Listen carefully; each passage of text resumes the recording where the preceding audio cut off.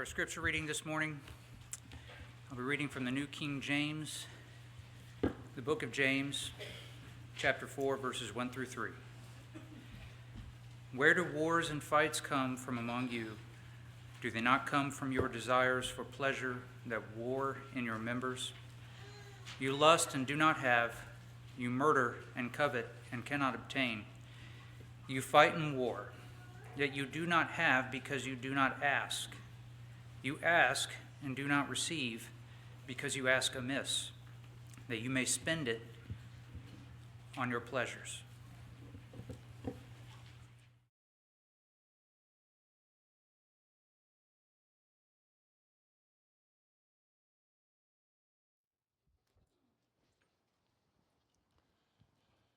Good morning. Good to be here this morning. I want to, before I get really started, thank the shepherds of this congregation for an invitation to come. Thanks to Chase for getting that together and making that possible. For this weekend we got to spend together again, for Chase and Rebecca and all the effort they put into that, as well as several others. At least as far as from my part, it was a very good weekend. We got a chance to really look at some principles about our relationship with multiple couples for Friday and Saturday, pretty much all day. And that was a very blessed, in my opinion, a very blessed event. I hope they felt the same way. Good to be here. I was here about a year ago. Several people remember that. Blessed to be able to be back and talk about this again.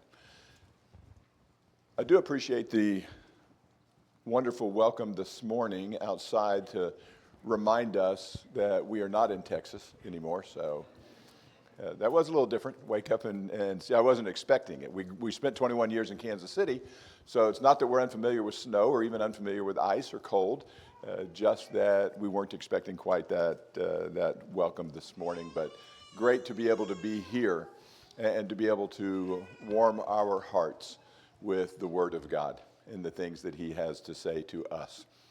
We're going to talk a little bit about, you can see the title of that, War and Peace, Conflict Resolution. And even though this weekend, yesterday and Friday, dealt almost exclusively with relationships within marriage, conflict resolution is a universal relationship concept, because there is no such thing as a relationship that can be or ever will be sustained that does not have conflict in it. You can't put two people together and not have conflict at some point. That doesn't mean they have to be knocked down, drag out fights, but it means that there will be conflict because we are different people as we come together. There was a little group from Liverpool years ago that wrote these lyrics: "Life is very short and there's no time for fussing and fighting, my friend. Try to see it my way. Do I have to keep on talking till I can't go on? While you see it your way, we run the risk of knowing that our love may soon be gone. You can get it wrong and still think that it's all right." Think of what I'm saying. We can work it out and get it straight, or say goodnight. Don't know if you remember those lyrics or not. Some of us are old enough to remember the Beatles when they sang that song, "We Can Work It Out." And we think about relationships that way. And it's so important, I think, for us to remember the idea that conflict is absolutely inevitable in relationships. Brother to brother, brother to sister, parent to child, child to parent, husband to wife, wife to husband, co-workers, whatever the case may be. And the reason for that is that, in fact, virtually every relationship is a relationship, or as a matter of fact, not virtually, every single relationship is a relationship between two or more sinful people. And so anytime you bring sinful people together, whether it's in marriage or friendship, they're going to wound each other from time to time. It doesn't always have to be intentionally, although sometimes it will be. We certainly understand that in some relationships. I had 3 siblings. There were times that wounding each other was very intentional. As we raised our 3 sons, there were times that they very much intended to hurt their brother, if not physically, at least emotionally. Sometimes it's intentional, but a lot of times it's not, but it's still going to happen. There's no way for conflict not to happen. And we just read a passage where James tells us what the problem is. He says it's a problem because it starts right here. He says, it's in my heart. He said, where do wars come from? Where do conflicts come from? Where do quarrels come from? Any kind of disputes. And James said what? He said, it starts right here. He said, it's what you want. It's the things that you lust after, the things that you desire, the things that you're wanting in your own life. Judy and I have been married for 47 years. We have never, in 47 years, had an argument. I'm not done. Yeah, we've never had an argument that was based on the fact that I was so incredibly selfless that I refused to give in. I only wanted for her, and I didn't care at all about myself, and she was on the other side only caring about herself, about me and not herself. And so we had this big conflict because we were two people that were so selfless that we couldn't get along. You ever have a discussion or an argument that happened because of that? No arguments happen that way. They happen because either I started thinking about self, or she started thinking about self, or both started thinking about self. Selfishness, James is saying, is the start of all conflict. And so if I'm going to overcome the concept of conflict, then I need to understand I'm going to have to stop thinking about myself. The psalm that we just read a moment ago, Psalm 51, David was in incredible conflict with God for quite a while. Not even always realizing it, but he was in conflict with God, and they were separated from one another because David had done many things that were focused on David. David saw what he wanted, he took what he wanted, he acted how he wanted, and that's the cause, he says, of conflict. It's because it's starting in the heart. And within a marriage and with any relationship, there are a lot of areas that can come from. Sometimes it comes from sin. Sometimes there's conflict because I said the wrong thing or I did the wrong thing that wasn't proper and it was sinful.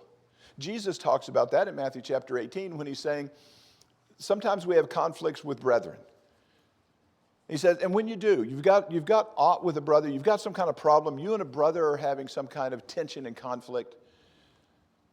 Totally separate sermon, but one worth talking about.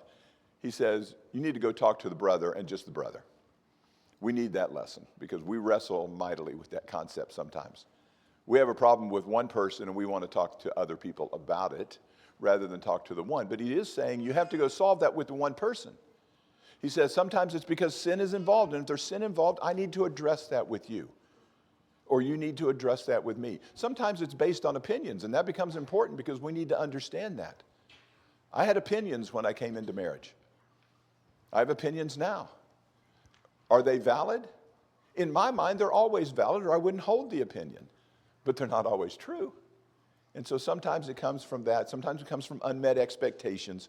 Things aren't happening the way we thought they would happen, and so we have tension in a relationship. We expected different things than we got. Sometimes it happens because of previous baggage. Judy and I came out of two totally different environments. I don't know about you and your spouse, but we came out of two totally different types of homes, two totally different types of environments.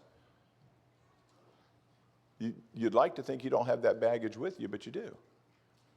You take that baggage with you. It's the same way of coming into Christianity, isn't it?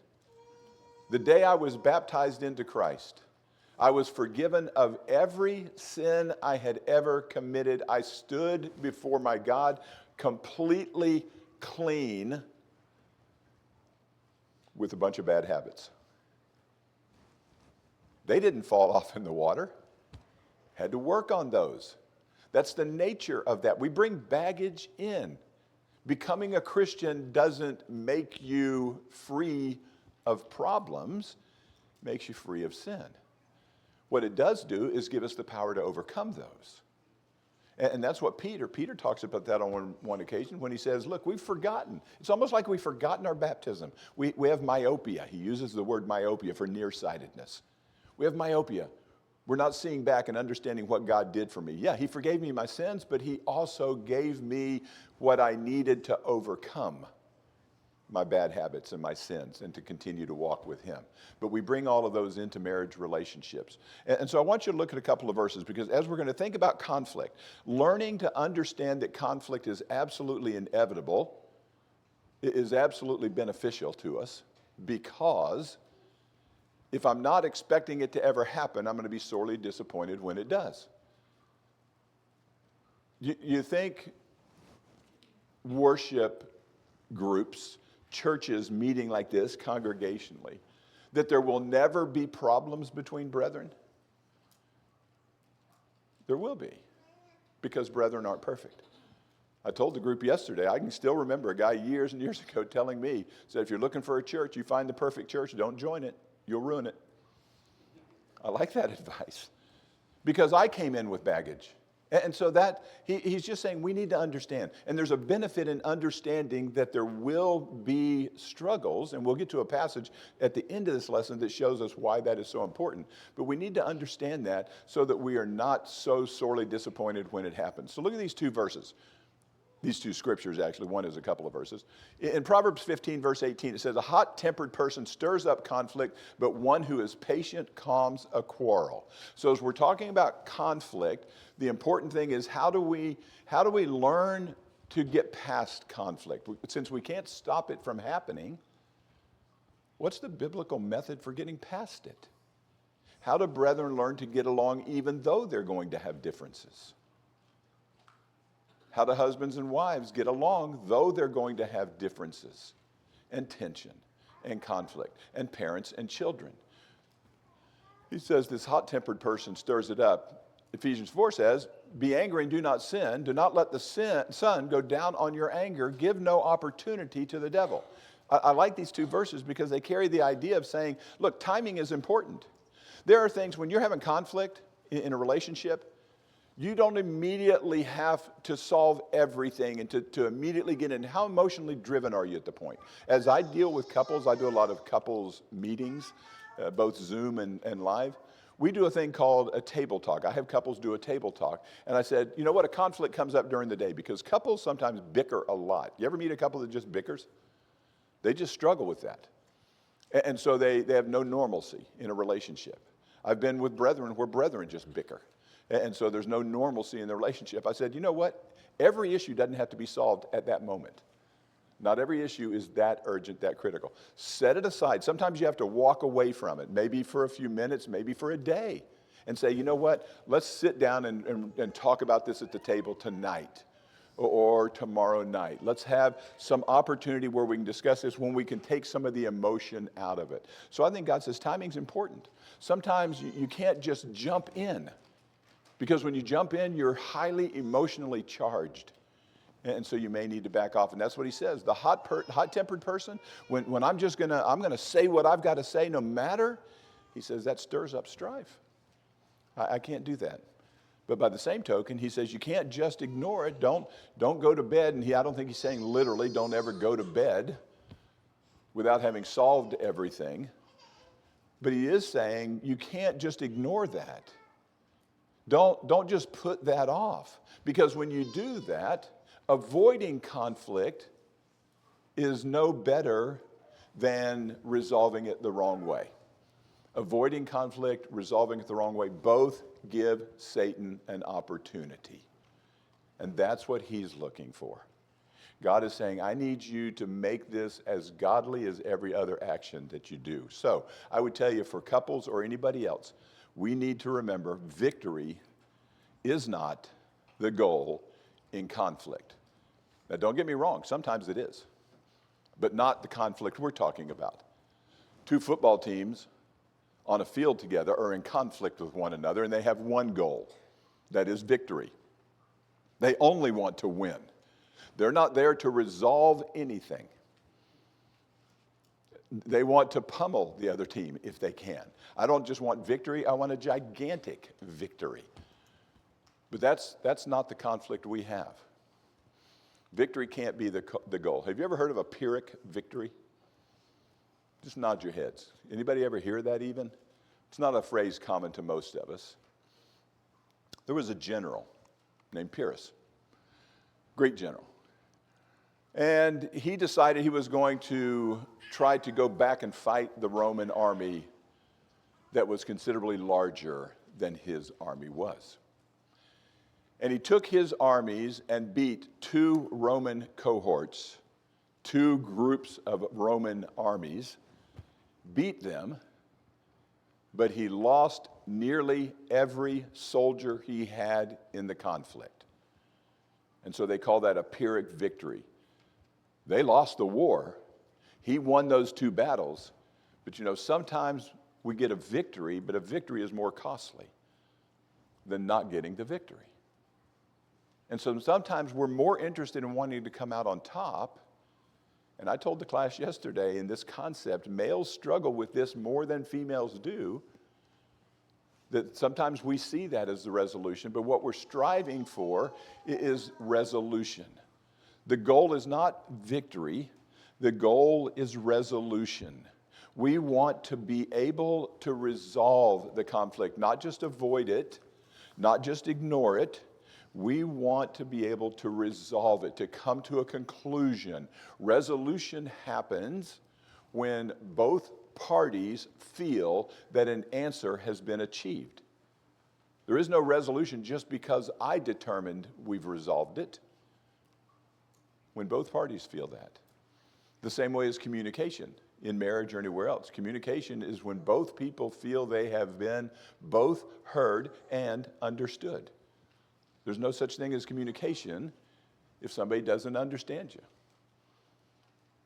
You need to agree that we're going to have conversations where we both get to express what it is we are thinking and what it is we are feeling, and that we can both make sure that we understand that. And so we're going to find out, as with everything God says, attitude. Attitude is everything. How do I approach this? When God talked to his people at any time, he uses phrases and words that help us understand you need to think about how you are approaching somebody, how it is you're talking. What is my attitude here? What do I want to do? Do I want to show the kind of attitude that God would have me to do? And so do you want to resolve conflict? Then I would tell you, here's what God would tell us. Practice active listening. I was in Toastmasters for several years. If you're not familiar with Toastmasters, it is a speaking organization, public speaking organization. And it was interesting because I joined Toastmasters because I was starting to preach and doing a lot more of that. And I wanted to be in some kind of organization that would help me with my oratory skills. Not that that's what makes a preacher, but I wanted to better develop that. And so I joined Toastmasters, and I learned some of that. And they make you do all kinds of speeches, trying to learn how to say different things in different ways and reach different groups and all that goes with that. And that's what I thought I was going there to learn. But you know what I learned more than anything else? I learned how to become a better listener. Because in Toastmasters, only one person's speaking at a time, and everybody else in the club is responsible for evaluating the one who is speaking. Their grammar, their use of the language. We had a Wizard of Oz at the Toastmasters meetings. If you said, he dropped a marble in a coffee can. And if you think that's helpful, I'm telling you it's not, because if you say and they drop a marble and you hear that clang, then you say again. But it's just to make you aware. And you had to listen for those things. You had to listen so that you could write comments to whoever the speaker was about what he had said or how he or she had delivered it. So hopefully it helped me become a better listener. Because, it may surprise you, but I'm already a talker. I didn't need a lot of help learning how to talk. I was doing plenty of that, and Judy can vouch for that. But she could also vouch for the fact that I was a much better talker than I was a listener. You need to practice active listening, and how do you do that? Show the people you're engaged. I need to look at them.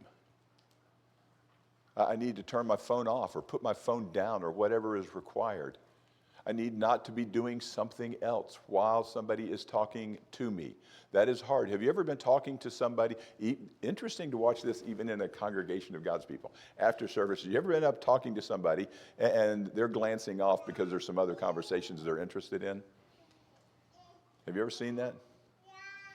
Just, I can read this and this. I can't read if you're just looking at me. So nod one way or the other. That's the goal. When I ask a question, it's just one way or the other. Help me to read and to understand. Well, here's what James says about that in chapter 1. He says, listen long, speak short. Don't forget to pass the dice. He doesn't really say don't forget to pass the dice. But there is a book written by Tim and Joy Downs called Fight Fair, and it's specifically for marital conflict, called Fight Fair, in which the whole book is based on the idea that conflict is like a game. Not a game that's fun, not a game that everybody wants to play, but a game in the sense that it has rules. There are things that are proper in conflict and things that are not. And this phrase I like. That phrase was from that book. He says, listen long, speak short, and pass the dice. Like when you're playing a game. You know, if you're playing a game and you roll the dice and you move your man 6 places or whatever, and you pick the dice up and you roll them again and you move them again and you roll them again, you're bound to win that game, aren't you? If I'm not going to ever give you the dice, I'm just going to keep rolling, move my man. Well, in conflict, if I need to say something, I say it. But then I need to let the other person say. It's interesting, even when Paul and others talk about meeting with people and sharing the gospel with them, the phrase that is used more than once is they reasoned with them from the scriptures. Reasoning is not me just speaking only. It is letting you speak and ask questions and back and forth. You can't resolve conflict unless both are given a chance. And so that attitude is so important because we understand our anger is usually heightened by things that we think we hear. Has your spouse ever told you that's not what I said? Because we misheard? Absolutely. You know, and how we speak. You ever had a conversation where the one person is saying, you need to lower your tone because the words are not going to be received the same if the tone is different. And so God helps us to understand that we need to have certain attitudes, a willingness to engage, a willingness to take responsibility. I need to have a willingness to change. There's no point in me discussing a conflict with my wife or anybody else if I'm not willing to change when I find that something is wrong. I meet with couples occasionally, and here's a question that I ask some of them because you give some people advice and they don't want to follow the advice at all. And so the question I ask is, I need to know, are you seeking advice and counsel, or are you seeking affirmation? Sometimes we just want people to confirm what we already believe. But I need to be willing to change. If I see that I'm wrong, I need to have the kind of heart and spirit that I'm willing to change. Words matter. Look at that proverb with me for just a second. Proverbs 18. Proverbs 18.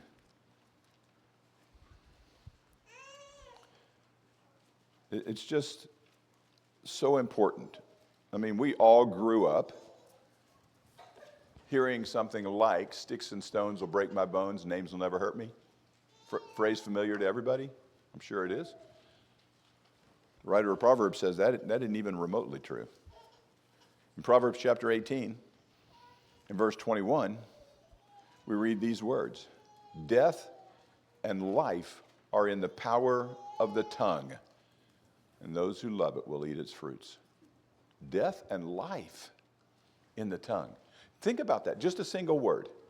You've gone to the doctor because they have found something that they're looking at on a lung, in some other place of your body, whatever the case may be. And so they do a biopsy. And the biopsy comes back, and the doctor walks in the room, and the doctor says, the biopsy came back, it was clean, it was benign. Well, you know how you feel when a doctor says that. But if a doctor comes back into that room and says, we did the biopsy was malignant. Benign, malignant. One word that will totally change your spirit for that day. Would you agree with that? A judge comes back into a courtroom. How much difference is there when he says, have you reached a verdict? And the jury says, not guilty, or the jury says, guilty. It doesn't take many words to have an incredible impact. And so God says, be careful with that. Speak the right words, kind words, fewer words, healing words. In Ephesians 4:29, he says, let no unwholesome word come out of your mouth. No unwholesome word. You're going to find when there's conflict, compromise may be necessary. Compromise is not always a bad thing. We're not talking about compromising with sin. We're talking about in conflict. We may have to compromise. We may have to find somewhere that's a middle ground that we can both agree on. Sometimes necessary, but I would tell you forgiveness will be necessary. When there is conflict, and I've hurt my wife's feelings or she's hurt my feelings, when there has been sin in a relationship and I've done something that was rude or unkind, or she's done something that's rude or unkind, I've said a cross word that I shouldn't have said, she said a cross word, turned a cold shoulder, whatever it may have been. Somebody is going to have to step up and forgive the other person, which means there's going to have to be an apology as well. And an apology requires three things.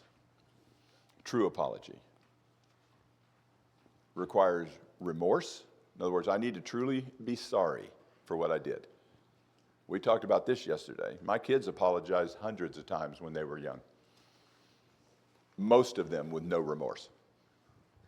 Your kids ever apologize that way? Apologize for hitting your brother. I'm sorry. Yeah, did you mean that? You didn't tell me I had to mean it. You just told me to apologize.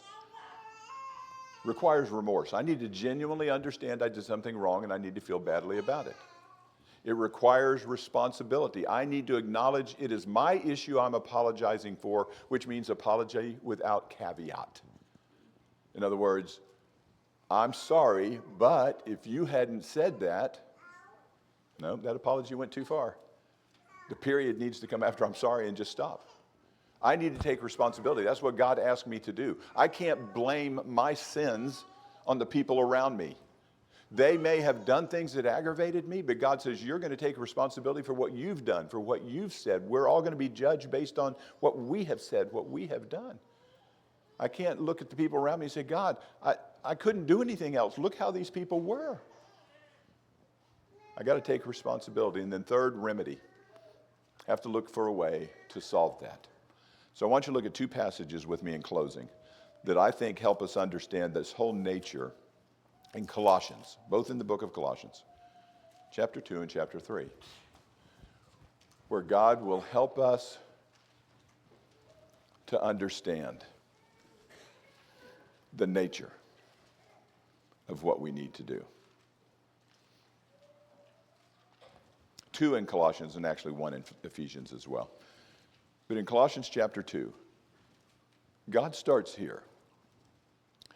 In chapter 2 and verse 13, he says, it's important for you to understand our relationship with him and where we were and where we are.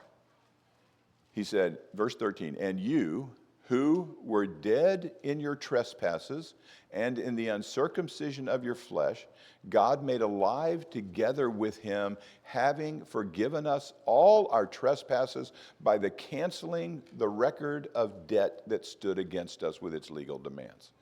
He says, you need to understand, you were dead, I was dead before God came into my life. We were dead. But God forgave us those trespasses. And not because we were good.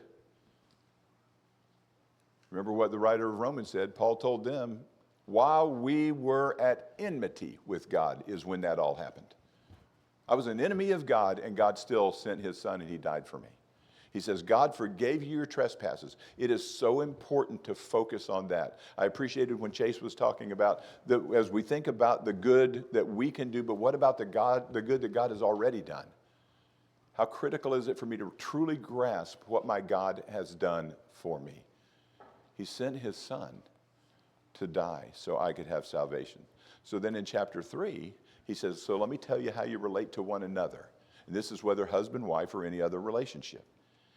Verse 12 says, put on then, as God's chosen ones, holy and beloved, compassionate hearts, kindness, humility, meekness, and patience.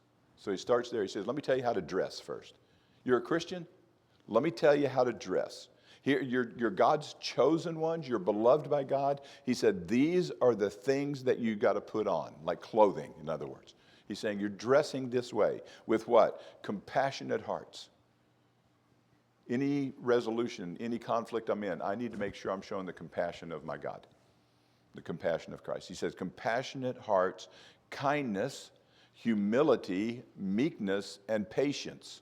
I would just ask you, just get on social media, watch the news, anything else. How well do you think our culture has mastered this concept of all conflicts that we have, we're going to try and solve with this spirit? Our culture has failed miserably at that, has it not?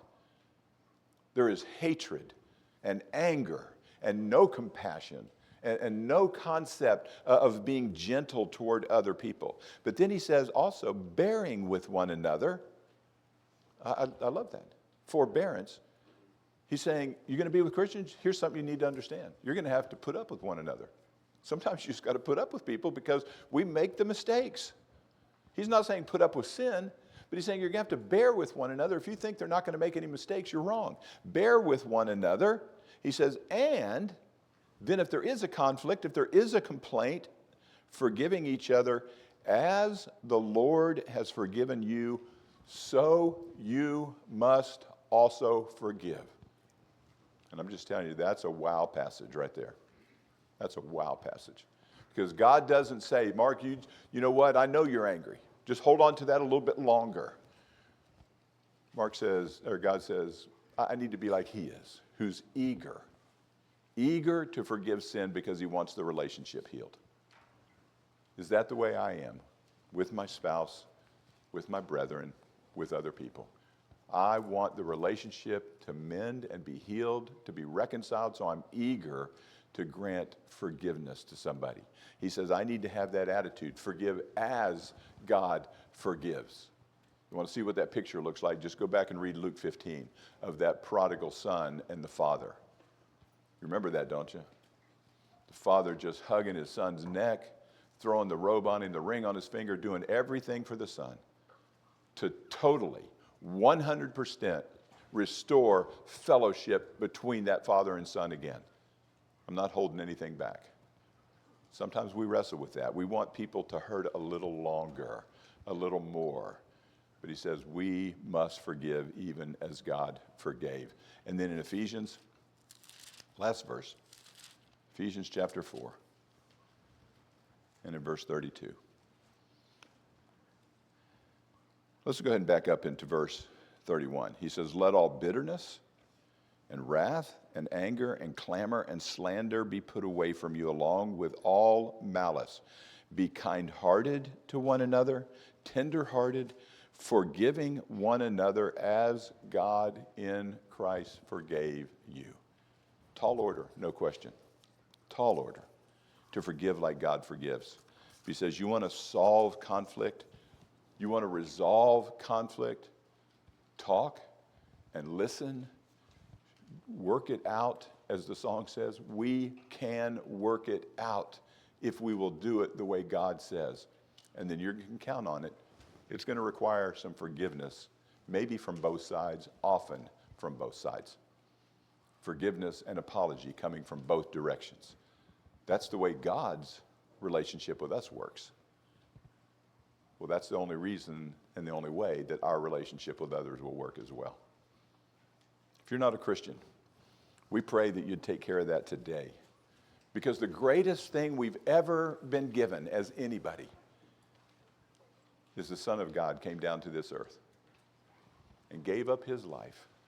So even as that song we sang, for me? Really? Can it be for me? You need to understand that. I need to understand that. If every one of you had been perfect in your life, never had done anything wrong, it makes his gift no less, because I know he would have come down from the cross because I needed forgiveness. He does it for every individual, not for us as a group or whole. He says you need to make a personal internal application of that. We'd love to help you respond to that incredible gift if you'd like to do that. If you know what that means, if you know how to respond, if you already believe in him, we would love to be able to immerse you in water and raise you in newness of life, because that's what he says. If you don't understand that, talk to somebody here. Let him open up his word and show you that. For those of us that are Christians, may we understand. There's probably not one of us that can't do a better job of resolving conflict, a better job of apologizing and forgiving than we do now. May we trust our God to help us become great problem resolvers. If we can help you today, let us know while we stand and while we sing.